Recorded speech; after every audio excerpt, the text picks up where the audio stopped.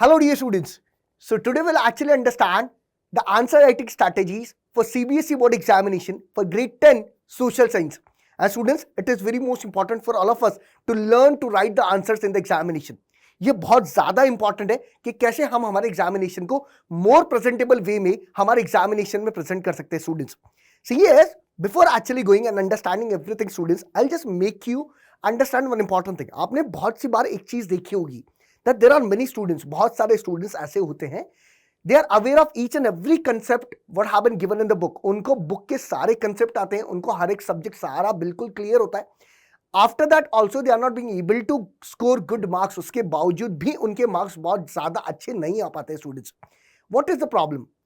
Problem एक ही students that they are not very much aware all about the answer writing.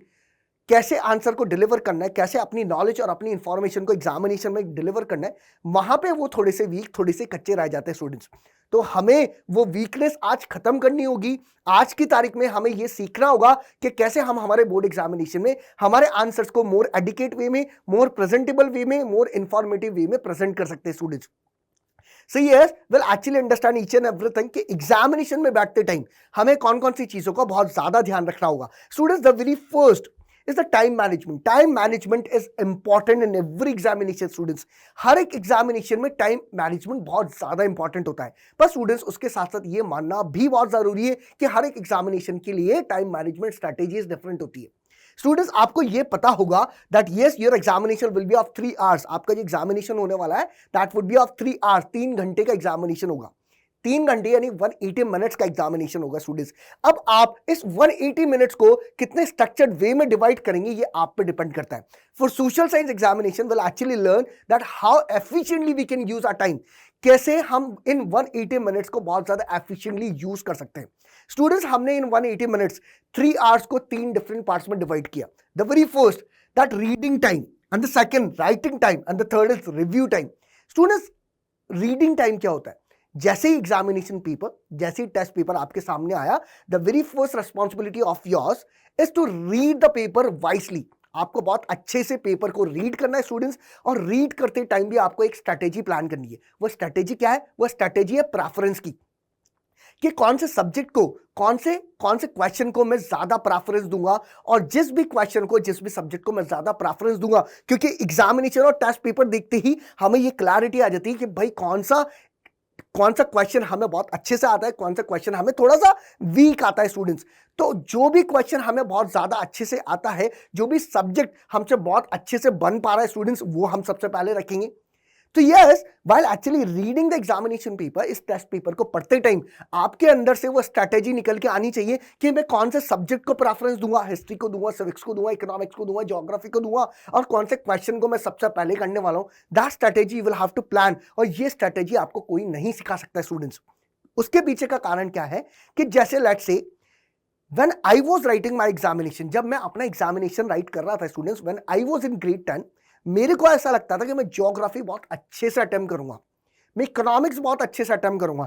पर जैसे ही paper मेरे सामने आया तो मेरे को यह समझ में आया कि हिस्ट्री के क्वेश्चन मेरे से ज्यादा अच्छे से बन पाते.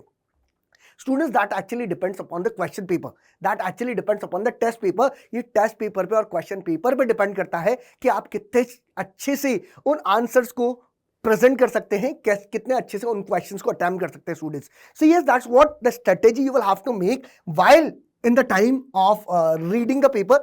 इन 15 मिनट्स में आपको वो सब कुछ प्लान करना है स्टूडेंट्स. देन आफ्टर इट, वो सब कुछ आपने 15 मिनट्स में प्लान कर लिया, उसके बाद आपको राइटिंग स्टार्ट करनी है students. Then you will have to write down the paper, you will have to write down your answers in the answer copy students. और ये टाइम आपके लिए सबसे इंपॉर्टेंट, सबसे क्रूशियल टाइम होने वाला है students. So for that reason the preference strategy is also most important. सबसे पहले आपको क्या करना है, आपको वो क्वेश्चन या वो सब्जेक्ट, चारों सब्जेक्ट में से वो सब्जेक्ट, चाहे वो हिस्ट्री हो, चाहे वो सिविक्स हो, चाहे वो ज्योग्राफी हो, चाहे वो इकोनॉमिक्स हो, कोई प्रॉब्लम नहीं है. आप कोई से भी सब्जेक्ट सबसे स्टार्टिंग में ले सकते हैं, पर आपको वो सब्जेक्ट लेना है जिसके क्वेश्चन आपको ज्यादा अच्छे से बन पाए. जैसे कि अगर आपको हिस्ट्री से क्वेश्चन मिलता है that what are the different stages of non cooperation movement, वहीं आपको इकोनॉमिक्स से एक क्वेश्चन मिलता है that how to enable globalisation. तो आपको ग्लोबलाइजेशन पहले रखना है, क्योंकि ग्लोबलाइजेशन एनेबलिंग ऑफ ग्लोबलाइजेशन में आप अपना आंसर को बहुत ज्यादा स्ट्रक्चर्ड रख सकते हैं, जैसे इंफॉर्मेशन टेक्नोलॉजी का आइडिया दिया, ट्रांसपोर्टेशन एंड कम्युनिकेशन का आइडिया दिया, तो ये सब कुछ बहुत एफिशिएंटली आप प्रेजेंट कर सकते हो। तो आपको ये पहले परोसना है। Getting my point, students? So that strategy is very most important. That preferential strategy कि किन किन चीजों को हमें ज्यादा प्रेफरेंस देना है is very very very most important, students. और वो स्ट्रेटेजी जो कि आपने इन 15 मिनट्स में बनाई स्टूडेंट्स, वो स्ट्रेटेजी आपको अप्लाई करनी है इस 2.5 आवर्स में, और that to be very very very most important for all of you. ये चीज आपके लिए बहुत ज्यादा इंपॉर्टेंट होने वाली है, क्योंकि ये 2.5 घंटे आपके लिए बहुत क्रूशियल होने वाले। So yes you will have to make. और स्टूडेंट्स, अगर आप अपने आने वाले क्वेश्चन को पहले रखोगे तो इससे आपका कॉन्फिडेंस भी बूस्ट अप होगा कि हाँ मैं अच्छा करते चला जा रहा हूं, और फिर बाकी के क्वेश्चन जिसमें आप थोड़े से कच्चे हो उनके आंसर्स भी आप बहुत अच्छे से लिख पाओगे, क्योंकि आपको 1-1.5 घंटा उन क्वेश्चंस में बीत जाएगा जो कि आपको अच्छे से आते थे, तो बाकी का टाइम भी आपका बहुत अच्छे से बीतने लगेगा। अगर आप लीस्ट प्रेफरेंशियल क्वेश्चन को पहले करना स्टार्ट कर दोगे, वो क्वेश्चन जो कि आपको नहीं आते उनको पहले करना स्टार्ट कर दोगे, तो आपको कॉन्फिडेंस लूज होगा और बाकी के क्वेश्चन भी बिगड़ने के चांसेस बनते हैं। तो students, it is very most important for you to understand this importance of these particular time management strategies. Third, आपको रिव्यू टाइम। स्टूडेंट्स, जब लास्ट के 15 मिनट बचेंगे तब आपको पूरे पेपर को रिव्यू करना है। It is also very most important for you. कैसे आप पूरे पेपर को रिव्यू करोगे? सबसे पहले आप ये देखोगे कि कोई क्वेश्चन तो नहीं छूट गया। उसके बाद आप ये देखोगे कि मैंने ज्यादा काटापीसी तो नहीं करी। अगर आप ज्यादा काटापीसी करते हो तो फिर आप उस क्वेश्चन को पूरा ही काट दो और दोबारा से लिख दो। तो स्टूडेंट्स, ये सारी चीजें आपको दिखती हैं। आपको ये देखना है कि आपने अपना मैप तो नहीं लगा दिया। तो these are the important things what you will have to do while at the time of reviewing the paper. And now students, there are many other things we'll have to discuss. Students, जैसे ही question paper आपके सामने आता है, आपने एक preferential strategy form करी, उस time पे आपको क्वेश्चन को अंडरस्टैंड करना भी बहुत ज्यादा इंपॉर्टेंट है। हमें ये देखना होगा that what the question is actually asking all about. तो स्टूडेंट्स, जैसे ही आप क्वेश्चन को अटेम्प्ट करने जाएंगे, the very first thing you will have to look upon the key terms. सबसे पहले आपको की टर्म्स की तरफ दिखना है। की टर्म्स क्या क्या हो सकते हैं students? The examiner can even ask you all about the explaining of the things. Explain, question को एक्सप्लेन करो, आंसर को एक्सप्लेन करो, एनालाइज करो, कंपेयर करो, वैलिडेट करो। Students, these are very important. ये सारे की पॉइंट्स आपके लिए, की टर्म्स आपके लिए बहुत ज्यादा इंपॉर्टेंट होने वाले। कैसे कि अगर आपको एक्सप्लेन करने को बोला गया students, so you will have to explain only. आप वहां पे कंपेयर नहीं कर सकते स्टूडेंट्स। अगर आपको एनालाइज करना है तो आपको फिर एनालाइज ही करना पड़ेगा, आपको एक्सप्लेन नहीं करना पड़ेगा। I just give you an example over it कि अगर आपसे नॉन कॉपरेशन मूवमेंट का एग्जांपल पूछा, नॉन कॉपरेटिव मूवमेंट का क्वेश्चन पूछा स्टूडेंट्स, सो अगर आपसे ये क्वेश्चन पूछा गया that explain the idea of non cooperation movement, आपको नॉन कॉपरेशन मूवमेंट का आइडिया एक्सप्लेन करना है स्टूडेंट्स, तो वहां पे आप ये लिखोगे that non cooperation movement was actually the movement where the leaders have actually asked Indian people to not to cooperate with Britishers. कि एक ऐसा मूवमेंट था जहां पे इंडियन लीडर्स ने लोगों से ये बोला था कि हमें अब ब्रिटिशर्स के साथ कोऑपरेट नहीं करना। वहीं आपको ये क्वेश्चन एनालाइज की फॉर्म में लिखता है that analyse the non cooperation movement. तो फिर आपको ये डिलीवर करना है कि नॉन कोऑपरेशन मूवमेंट जब इंडिया में स्टार्ट हुआ तो उसके क्या क्या पॉजिटिव एस्पेक्ट्स और नेगेटिव एस्पेक्ट्स, उनको एनालाइज करना है स्टूडेंट्स।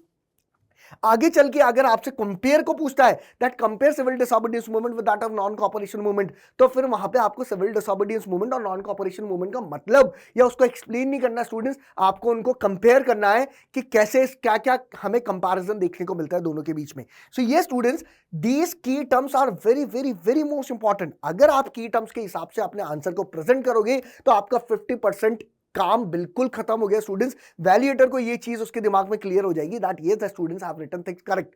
स्टूडेंट्स ने आंसर बिल्कुल करेक्टली राइट किया है स्टूडेंट्स। फिर वो आपकी नॉलेज देखिएगा, रिमेनिंग 50% आपकी नॉलेज कि आपने एक्चुअली उसमें क्या लिखा। Students, second, clarify the scope. आपके दिमाग में ये चीज क्लियर होनी चाहिए कि मेरे को अपना माइंडसेट ब्रॉड अप्रोच की फॉर्म में रखना है, नैरो अप्रोच रखनी है students. It is very most important. जैसे कि आज की तारीख में हम एग्जामिनेशन का पैटर्न देखिए, तो students that's what you already knows that 50% of the question will get asked as competency based approach. यहां पे आपसे 50% क्वेश्चन कॉम्पिटेंसी बेस्ड पूछे जाएंगे। कुछ क्वेश्चंस आपसे केस बेस्ड स्टडी बेस्ड पूछे जाएंगे स्टूडेंट्स। तो आपके दिमाग में कॉम्पिटेंट अप्रोच होनी बहुत जरूरी है।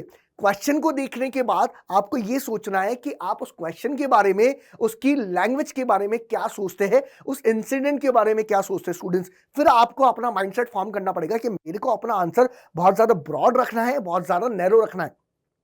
स्टूडेंट्स बहुत सी बार हम बहुत ज्यादा जब ब्रॉड आंसर लगते हैं तो हमें प्रॉब्लम आने लगती है। क्या प्रॉब्लम आने लगती है कि हम एक पर्टिकुलर क्वेश्चन में घुसते चले जाते हैं और हमारा टाइम भी खराब होता है और हमारी वर्ड लिमिट भी बाहर चली जाती है students. We always go out of word limit many times. बहुत सी बार हम वर्ड लिमिट के बियॉन्ड चले जाते हैं और हमारी आंसर राइटिंग की इफेक्टिविटी, उसका अफेक्शन खत्म हो जाता है। तो students will have to be very clear with that कि हमें कैसे हमारी अप्रोच को ब्रॉड रखना है या फिर नैरो रखना है। कैसा है स्टूडेंट्स, एक एग्जांपल से हम समझते हैं कि अगर आपसे पूछा गया दैट डिस्कस दिस, यहां पे आपको अपनी अप्रोच को थोड़ा सा ब्रॉड रखना है। अगर आपसे सिर्फ और सिर्फ डिस्क्राइब करने के लिए पूछा गया स्टूडेंट्स, तो फिर आप अपनी अप्रोच को थोड़ी सी नैरो रखते हुए अपने आंसर को प्रेजेंट कर सकते हैं। Students presentability is very most important, और प्रेजेंटेबिलिटी इन की टर्म्स पे, इन स्कोपिंग टर्म्स पे ही डिपेंड करती है students. So this is very most important you to understand. फिर अब हम ये समझेंगे कि कैसे हम अपना आंसर राइट करना स्टार्ट करें, कैसे हम हमारा आंसर लिखें। अभी तक तो हमने क्वेश्चन को समझा, अब क्वेश्चन को समझने के बाद कैसे हम हमारा आंसर लिखना स्टार्ट करेंगे, that's what will have to understand. Structuring of your answer students, इसके दो फॉर्मेट होते हैं। The very first the introduction of the answer and the second is the theme of the answer students, जहां पे हम main body या फिर actual content present करते हैं students. Yes, you will have to understand that introduction is to make the answer presentable. Introduction हमारे answer को presentable बनाने में काम आता है। सेकंड, मेन बॉडी हमारी नॉलेज, कि हमारे पास क्या नॉलेज है, हमारे पास क्या इंफॉर्मेशन है, उसको डिलीवर करने के कॉन्टेक्स्ट में काम आती है students. So yes, that is very most important for us to understand. कैसे, एक क्वेश्चन से हम ये समझते हैं स्टूडेंट्स, हमारे पास एक चैप्टर है जेंडर, रिलीजन एंड कास्ट। वहां पे हम जेंडर में पढ़ते हैं that yes women are facing exploitation since historical times। तो इस पे आपके पास एक क्वेश्चन आ सकता है। क्यों? क्योंकि कॉम्पिटेंसी बेस्ड क्वेश्चंस आएंगे, और कॉम्पिटेंसी मतलब आपकी कॉम्पिटेंट अप्रोच क्या कहती है, उस पे एग्जामिनर आपसे क्वेश्चन पूछेगा। तो एग्जामिनर आपसे ये क्वेश्चन पूछ सकता है that the womens in Indian society have faced exploitation since many years, what is your view over the statement, over the case. तो स्टूडेंट्स वहां पे आप कैसे आंसर को लिखेंगे? The very first you will have to start with introduction that womens have faced great exploitation, women have faced harsh exploitation since historical times and many other spheres, that to be social, economical and political spheres। तो ये हुआ हमारा introduction कि yes, women ने historical time से discrimination face किया, चाहे वो सोशल स्फीयर हो, चाहे वो पॉलिटिकल स्फीयर हो, चाहे वो इकोनॉमिकल स्फीयर हो। ये हमने इंट्रोडक्शन प्रेजेंट कर दिया स्टूडेंट्स। उसके बाद हम मेन बॉडी बात करेंगे। वहां पे हमें सोशल स्फीयर में लिखना है कि कैसे एक्सप्लॉइटेशन हुआ, पॉलिटिकल स्फीयर में लिखना है कैसे एक्सप्लॉइटेशन हुआ, इकोनॉमिकल स्फीयर में लिखना है कैसे एक्सप्लॉइटेशन हुआ। सोशल स्फीयर में हम बात करें तो सती प्रथा चलती थी, विडोज को रिमैरिज करना का परमिशन नहीं दिया जाता था, उनको इंफीरियर कंसिडर करने लगती थी सोसाइटी। अगर हम पॉलिटिकल स्फीयर की बात करें तो उनका पॉलिटिकल रिप्रेजेंटेशन बिल्कुल लो था, और अगर हम इंटरनेशनली बात करें तो वुमेन को वोटिंग का राइट भी नहीं था। स्टूडेंट्स, इकोनॉमिकल स्फीयर की बात करें तो women were not allowed to go and get education, women were not allowed to go outside to earn livelihood, उनको घर के बाहर निकल के लाइवलीहुड अर्न करने के राइट्स नहीं थे। तो students, exploitation different other face में, डिफरेंट अदर स्फीयर्स में हमने लिखा, हमने मेन बॉडी डाली, उसके साथ साथ हमने इंट्रोडक्शन भी डाला, and that is the correct way to present the answer. यही हमारे आंसर को प्रेजेंट करने का बिल्कुल करेक्ट वे है। So the very first will have to provide an overview of the topic.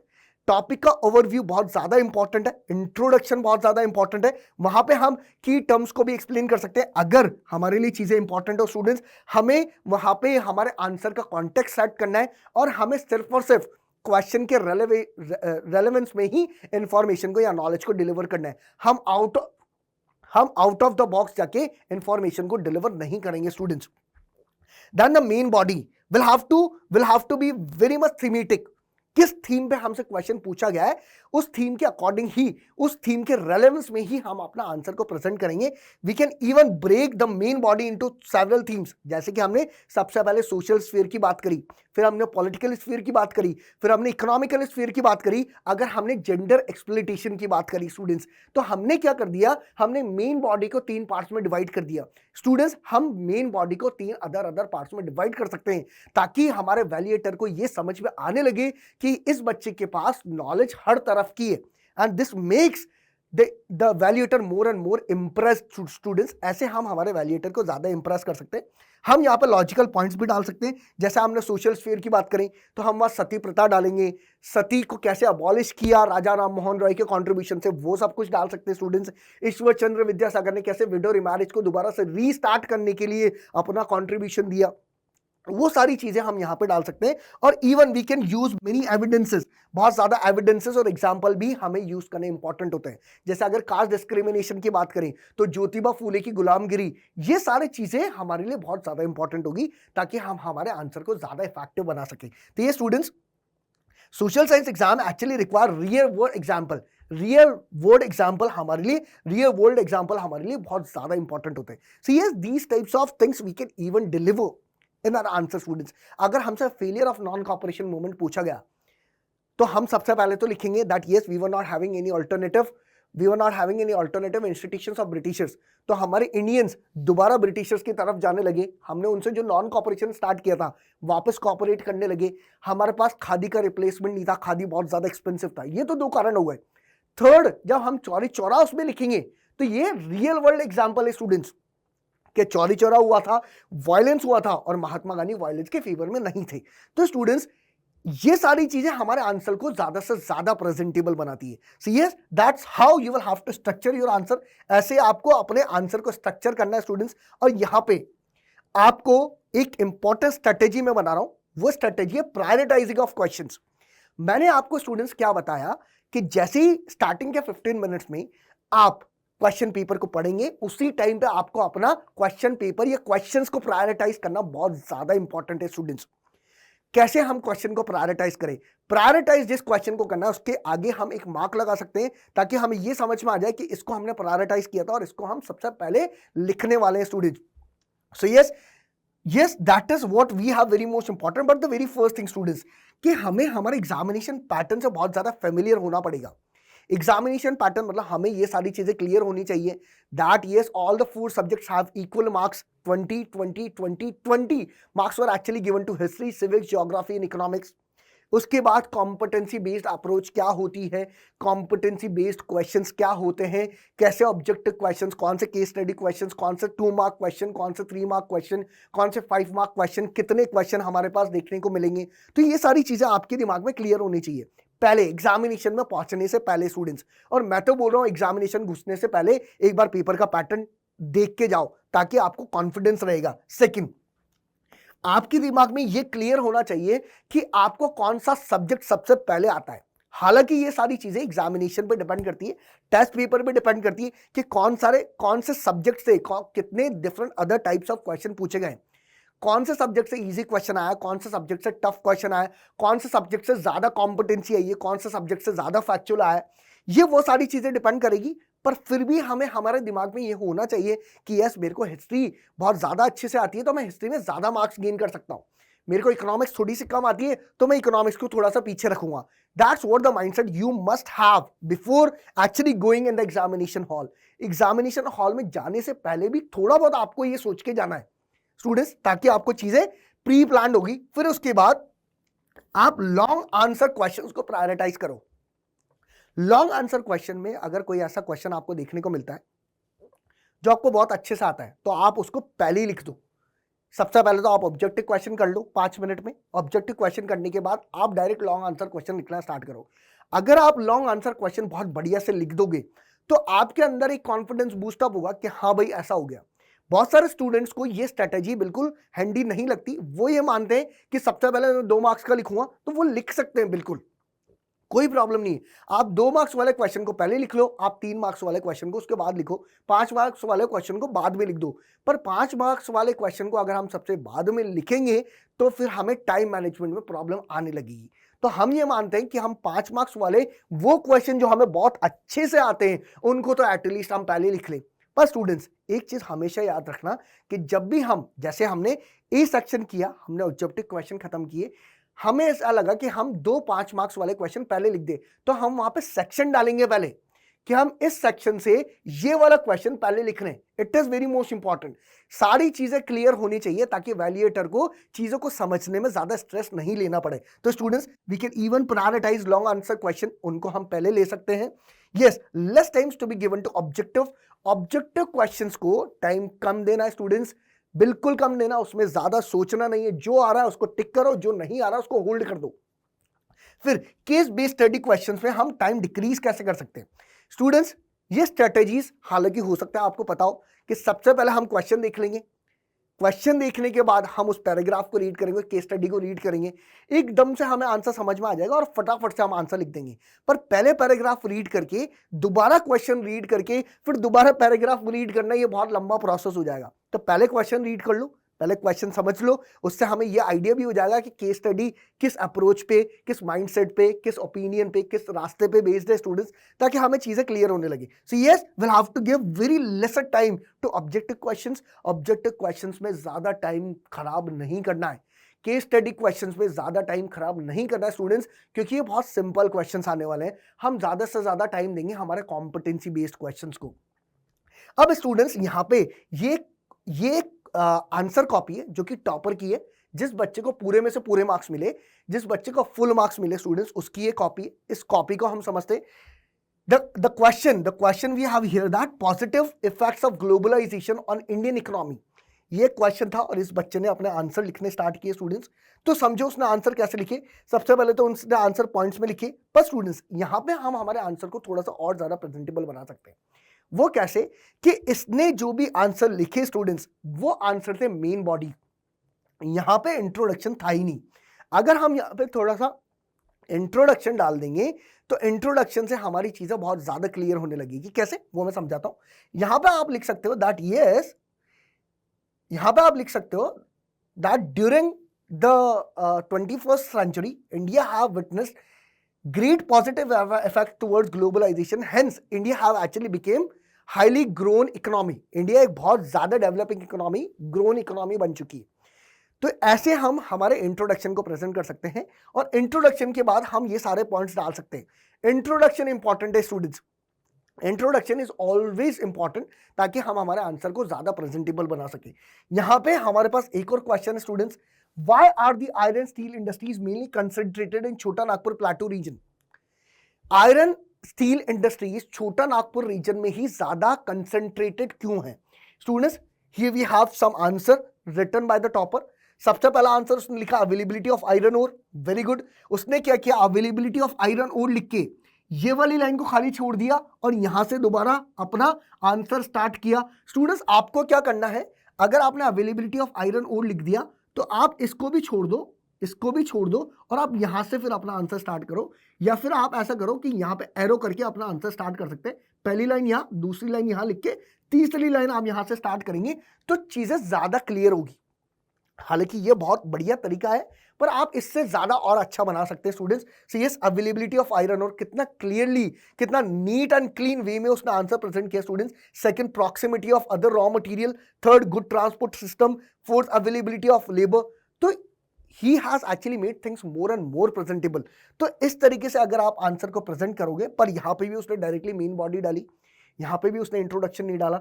C yes, there are, आप ऐसे लिख सकते हो that there are various provisions, there are various advantages because of which main iron and steel industries are actually located in Chota Nagpur region and those positive outcomes and advantages are. इस तरीके से आप चीजों को स्ट्रक्चर कर सकते हो स्टूडेंट्स। अब आगे चलते हैं। Yes, here we have once again a important question, which 5 provision of the Constitutional Amendment Act of 1992 really strengthened the third tier of democracy in India? Explain।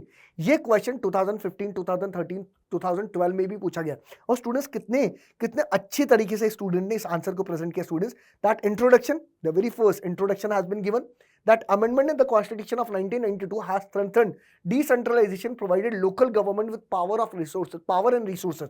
फिर यहां पे उसने क्या किया, it is constitutionally mandatory to hold regular elections. फिर second क्या किया, reservation of seats in local bodies. Third, 1/3 of the seats are reserve for women as well. फिर state government are required to share some parts and revenue with the local bodies. कितने अच्छे तरीके से उसने decentralisation के features present किए। आपको भी इतना ही प्रेजेंटेबल होना है students, that will make your answer more and more presentable. Now students, the most important idea जो हमारे पास होना चाहिए हमारे एग्जामिनेशन में बहुत अच्छे से एक्सेल करने का, सबसे पहले स्टूडेंट्स टाइम मैनेजमेंट, जो कि हमने स्टार्टिंग में डिस्कस किया, बहुत अच्छे से हमारे पास होना चाहिए। हमारे पास एक प्लानिंग होनी चाहिए कि कैसे हम टाइम को मैनेज करेंगे। सेकंड, हमारे आंसर्स बिल्कुल प्रेजेंटेबल होने चाहिए स्टूडेंट्स, नीट एंड क्लीन होने चाहिए। उसको नीट एंड क्लीन और प्रेजेंटेबल बनाने के लिए हम क्या कर सकते हैं, the very first that answer to be written in points. हम आंसर्स को पॉइंट्स में राइट करेंगे स्टूडेंट्स, पॉइंट्स में लिखेंगे। अगर हम हमारे आंसर्स को पॉइंट्स में लिखेंगे so answer would be great, answers बहुत ज्यादा प्रेजेंटेबल होंगे। और एक और इंपॉर्टेंट चीज कि हमें आंसर को बहुत डिस्टेंट अप्रोच रख के ही डिलीवर करना है, बहुत ज्यादा आंसर को कंजेस्टेड करने की जरूरत नहीं है स्टूडेंट्स। अगर हम आंसर को ज्यादा कंजेस्टेड करेंगे तो उसमें नीट एंड क्लीननेस नहीं रहेगी और हमारा आंसर प्रेजेंटेबल नहीं रहेगा। तो हम जगह जगह छोड़ के हमने वर्ड्स को प्रेजेंट करेंगे ताकि चीजें नीट एंड क्लीन हो स्टूडेंट्स। बहुत ज्यादा जगह भी नहीं छोड़नी है तो प्रॉब्लम आएगी। तो yes, will have to deliver the answer in points, हमें पॉइंट्स में डालने हैं, हमें थोड़ी थोड़ी सी जगह छोड़नी है ताकि आंसर बहुत ज्यादा नीट एंड क्लीन हो। यस स्टूडेंट्स, बहुत सी बार हम हमारी इंफॉर्मेशन को डिलीवर करने के लिए माइंड मैप्स भी यूज कर सकते हैं स्टूडेंट्स। कैसे कि अगर आपसे ये क्वेश्चन पूछा गया that what are the factors enabling globalisation, तो आप बीच में ग्लोबलाइजेशन लिख के पहला रोल बता सकते हो दैट यस इंफॉर्मेशन टेक्नोलॉजी, दूसरा बता सकते हो लिबरलाइजेशन, थर्ड बता सकते हो ट्रांसपोर्टेशन एंड कम्युनिकेशन। ये सारी चीजें आप माइंड मैप्स के थ्रू भी बता सकते हो, फिर बाद में उसको एक्सप्लेन कर दो। स्टूडेंट्स सिर्फ कुछ ही माइंड मैप्स हमें बताने, अगर हम ज्यादा माइंड मैप बताएंगे तो फिर आंसर डिलीवरी उसमें बहुत ज्यादा थ्योरी नहीं रह पाएगी और हमारे मार्क्स कट सकते हैं। पर यस, क्योंकि हमें हमारी आंसर कॉपी बहुत ज्यादा प्रेजेंटेबल रखनी है तो हम माइंड मैप्स का यूज कर सकते हैं, पर कुछ ही। नेक्स्ट, अगर हम मैप लेबल करेंगे स्टूडेंट्स, मैप हमारे लिए बहुत ज्यादा इंपॉर्टेंट है, तो जो हमारी मैप की लेबलिंग है वो हमें बहुत नीट एंड क्लीन करनी होगी स्टूडेंट्स। कैसे, अगर हम मैप को लेबल करें तो मैप को for example this is our southern peninsula, ये हमारा सदर्न पेनिनसुला है और हमसे कुद्रेमुख माइंस के बारे में पूछा गया। हमें पता है कि कुद्रेमुख माइंस कर्नाटका में स्टूडेंट्स, इस वाली बेल्ट पे।